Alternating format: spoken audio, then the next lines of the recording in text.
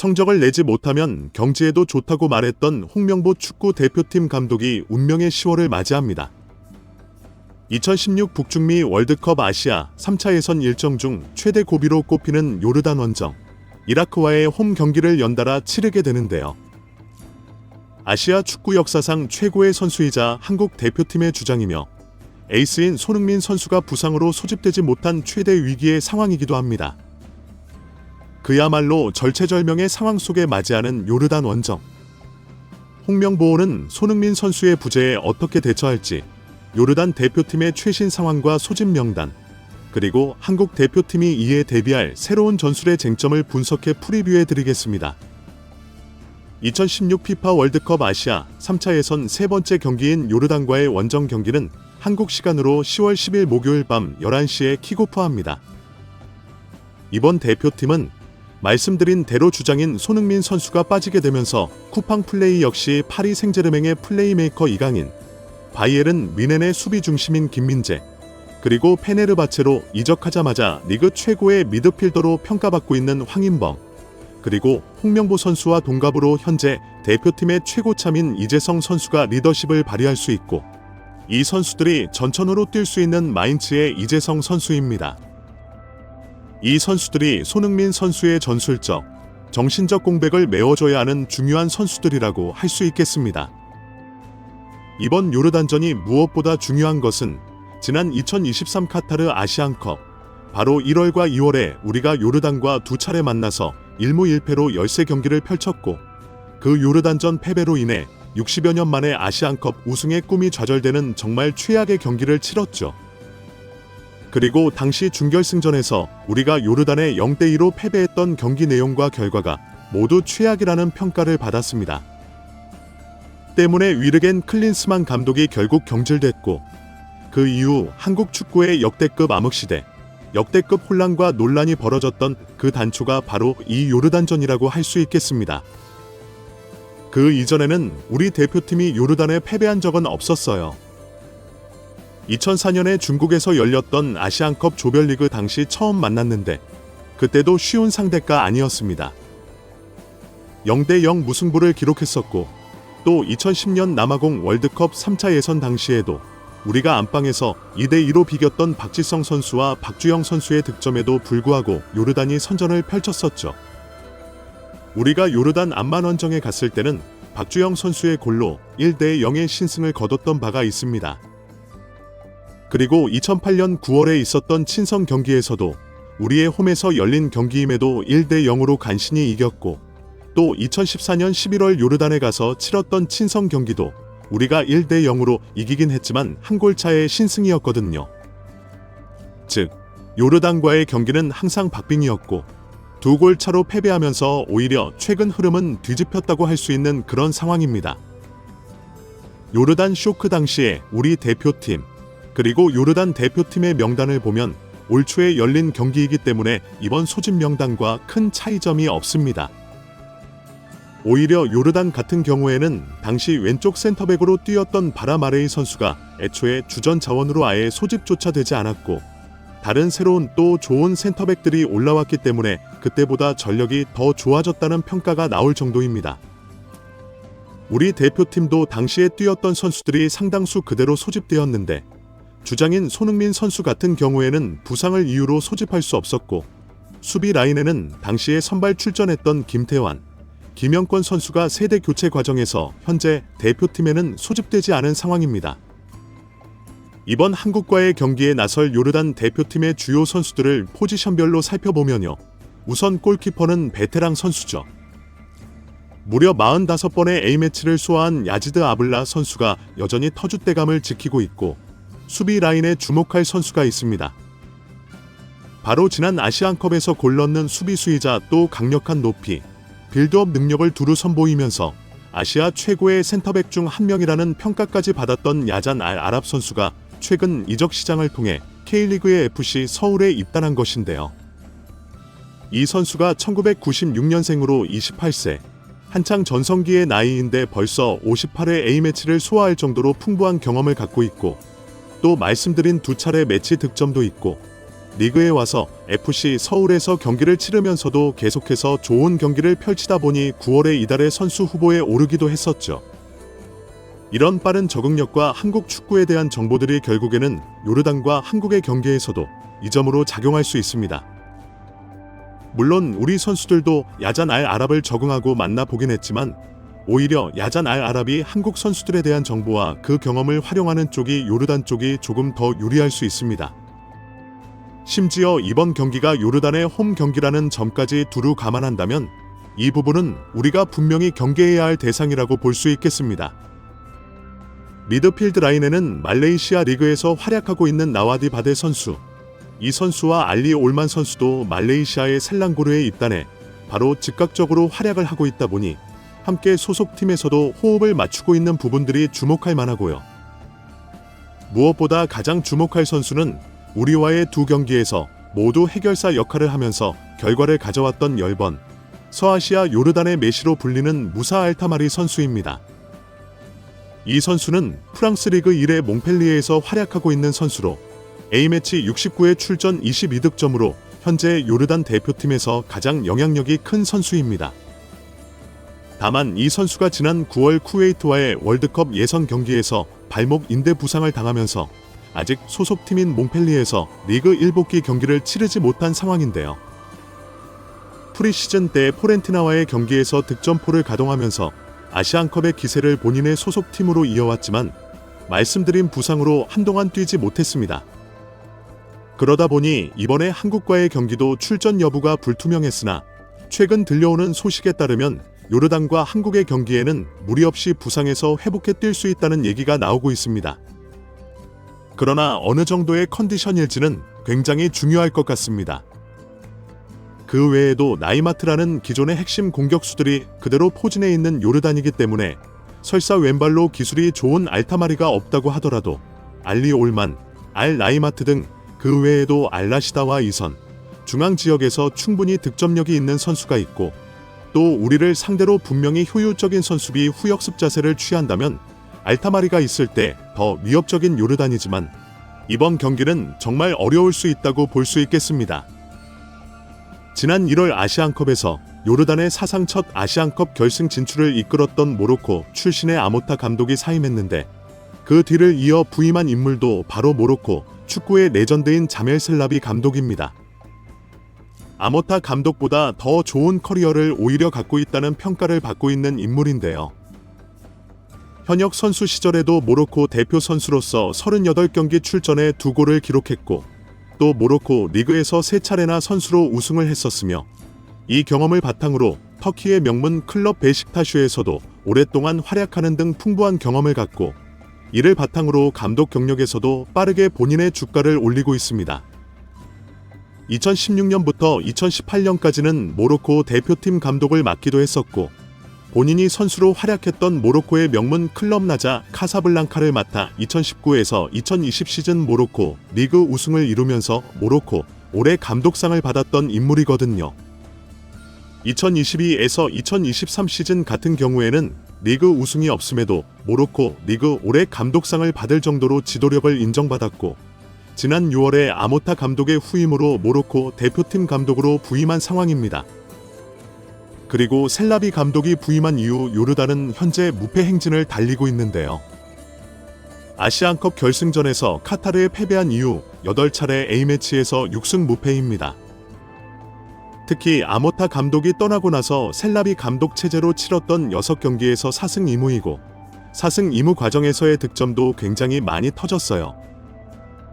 또 주목할 점은 부임하고 첫 경기에서 아시안컵의 또 다른 돌풍의 팀인 타지키스탄과의 경기에서 3대0의 완승을 거뒀고 서아시아의 전통 강호인 사우디와 원정 경기에서도 2대1로 승리를 거두면서 그의 주가와 평가가 더욱더 좋아졌거든요.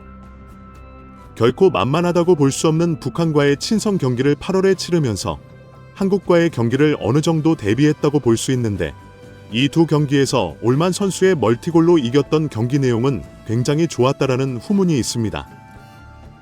그리고 쿠웨이트와의 경기에서 부상이 따랐던 부분은 경기 막판에 상대에게 페널티킥을 내주며 비겼기 때문에 사실상 경기 전체적으로는 이길 수 있는 경기였고 또 전반 14분에 득점을 올리고 부상으로 빠지지 않았다면 충분히 이 경기를 여유있게 더 이길 수 있었다라는 평가도 나오고 있습니다. 우리가 꽤나 고전했던 팔레스타인과의 원정 경기를 말레이시아에서 치렀는데 이때도 3대1의 완승을 거뒀거든요. 전체적으로 공수의 균형이 잘 잡혀있는 팀이라고 볼 수 있겠죠. 요르단 같은 경우 감독이 바뀌었지만 최근 라인업은 아시안컵 당시에 썼던 3-4-2-1 포메이션을 유지하고 있고 어떻게 보면 아모타 감독의 색깔을 그대로 이어받으면서 조금 더 공격적인 축구를 하되 밸런스를 잘 잡고 기존 전술을 잘 인수인계했다는 평가를 받고 있습니다. 지난 쿠웨이트와의 경기 라인업을 보시면 알 라이마트를 최전방의 중심축으로 두고 알리 올만이 전방으로 치고 올라가는 가짜 7버닝 포워드 형태로 뛰게 되고 무사 알타마리가 이 선에서 자유로운 프리롤 역할을 맡게 되거든요. 좌우 측면의 윙백인 알리 하시시 선수와 알 마르디는 사이드에서 공격을 주도하고 얼리 크로스를 시도하거나 인버티드 풀백으로서의 역할까지 전술적으로 풍부하게 가져가고 있습니다.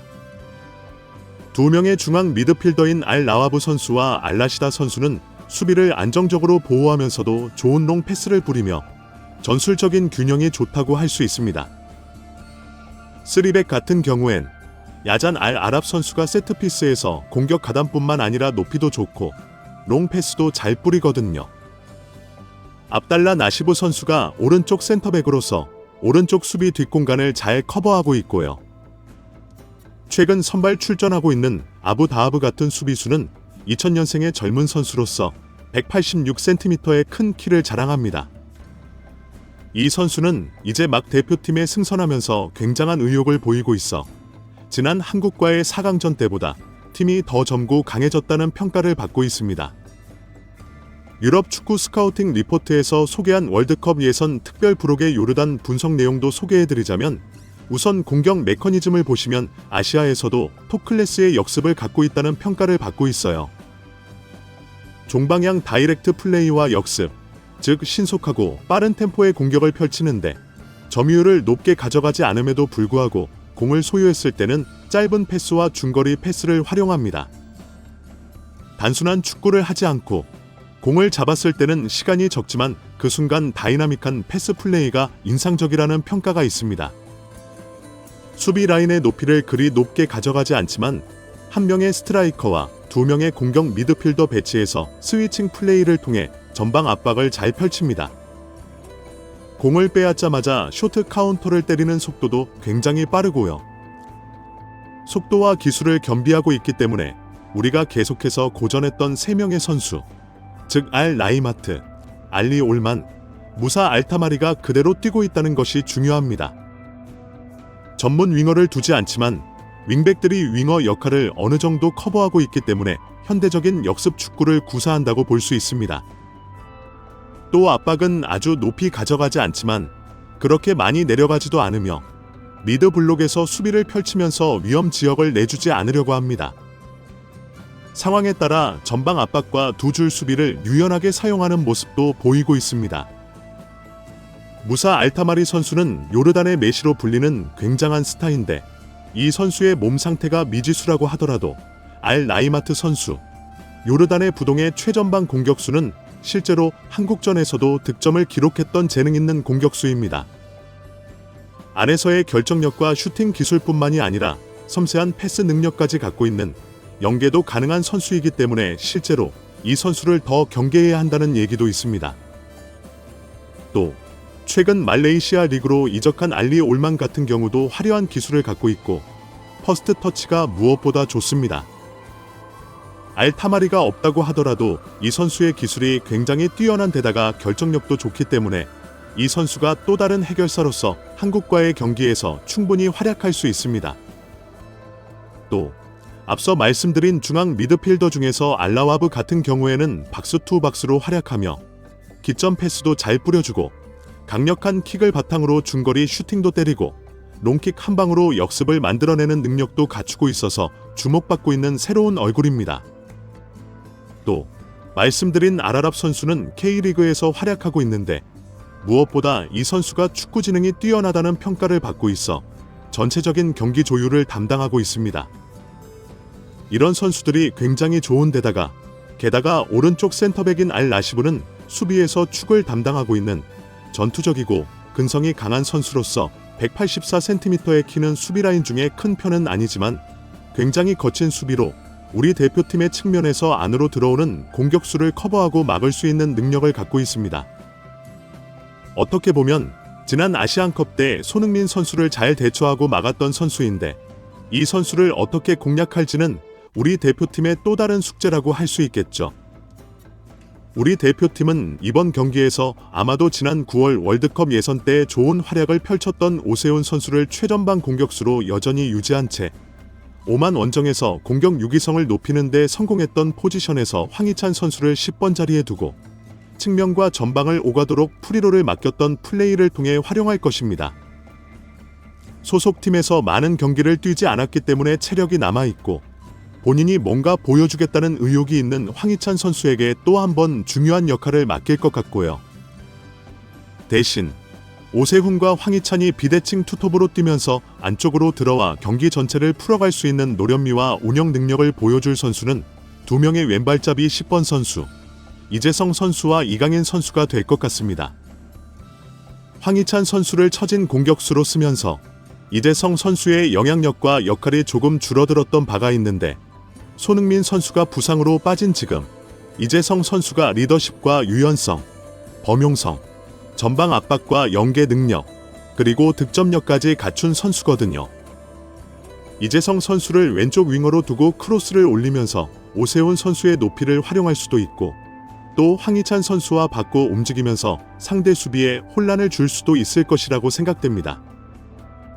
또 이강인 선수는 오른쪽에 배치되지만 안쪽으로 들어와서 황희찬 선수가 이곳저곳으로 빠져나갈 때 그 지역에서 경기를 풀어가며 어떻게 보면 손흥민 선수가 없는 상황에서 이강인 선수가 조금 더 본인의 전술적인 영향력을 높여가면서 마치 파리 생제르맹에서도 이선 공격을 전체적으로 주도했던 것처럼 자신 있게 경기를 풀어갈 수 있는 여지가 크다고 생각합니다. 왼쪽에는 왼발 풀백인 이명재, 오른쪽에는 오른발잡이 서령우 선수를 그대로 두고 크로스를 통해 오세훈 선수의 높이를 활용하는 동시에 이 선수들이 폭을 만들어낼 것입니다. 줬을 때 중앙 지역에서 이재성, 황인범, 황희찬, 이강인 이 4명의 선수가 중앙 지역의 숫자를 높여가고 중앙 공격까지도 유기적으로 서로 주고받으며 근거리에서 만들어갈 수 있는 축구가 가능하다는 것이죠. 특히 황인범 선수는 페노트로 이적한 이후 공격 자신감이 더욱더 커졌고 또 최근에 왼발 중거리 슈팅으로 골맛까지 봤기 때문에 새로운 해결사로서도 활약할 수 있겠는데요. 황희찬 선수의 뒤를 박영훈 선수가 커버하면서 사실상 김민재, 조유민 선수의 사이로 내려가 지난 9월에도 그랬듯이 3백을 형성하는 라보피아의 형태로 수비 안정감도 가져가고 후방 빌드업도 가져갈 수 있습니다. 또 박영훈 선수가 높이에서는 강점을 가지고 있거든요. 그런 가운데 빠른 김민재, 조유민이 그 뒷공간을 커버하고 또 내려가면서 상대의 역습에 대비하는 형태가 될 것 같습니다. 마침내 부상에서 돌아와서 최근 사우디 리그에서도 좋은 경기력을 보이고 있는 김승규 선수는 후방 빌드업 능력에 있어서 조현우 선수보다 앞서는 면이 있기 때문에 이 빌드업이 후방에서 안정적으로 이루어진다면 우리 대표팀이 요르단 원정에서도 실리적이고 또 지배적인 경기를 통해서 결과를 가져올 수 있으며 손흥민 선수의 부재 속에서 대안을 마련할 수 있다고 전망할 수 있겠습니다. 실제로 한국이 최근 요르단과의 2경기를 모두 이기지 못했고 또 최근 경기를 패배했음에도 불구하고 유럽의 주요 스포츠 베팅 업체들은 이 경기에서 원정팀인 한국의 승리 가능성을 높게 보고 있거든요. 홈팀 요르단의 승리 배당률이 4.58%, 무승부 3.51%, 한국 승리 배당률이 1.74배입니다.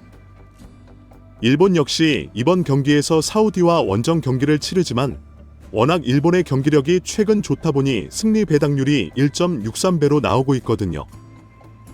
한국과 일본만이 사실 이렇게 원정 경기에서 아시아 예선에서 상대를 압도할 수 있는 팀이라는 평가를 받고 있는데요.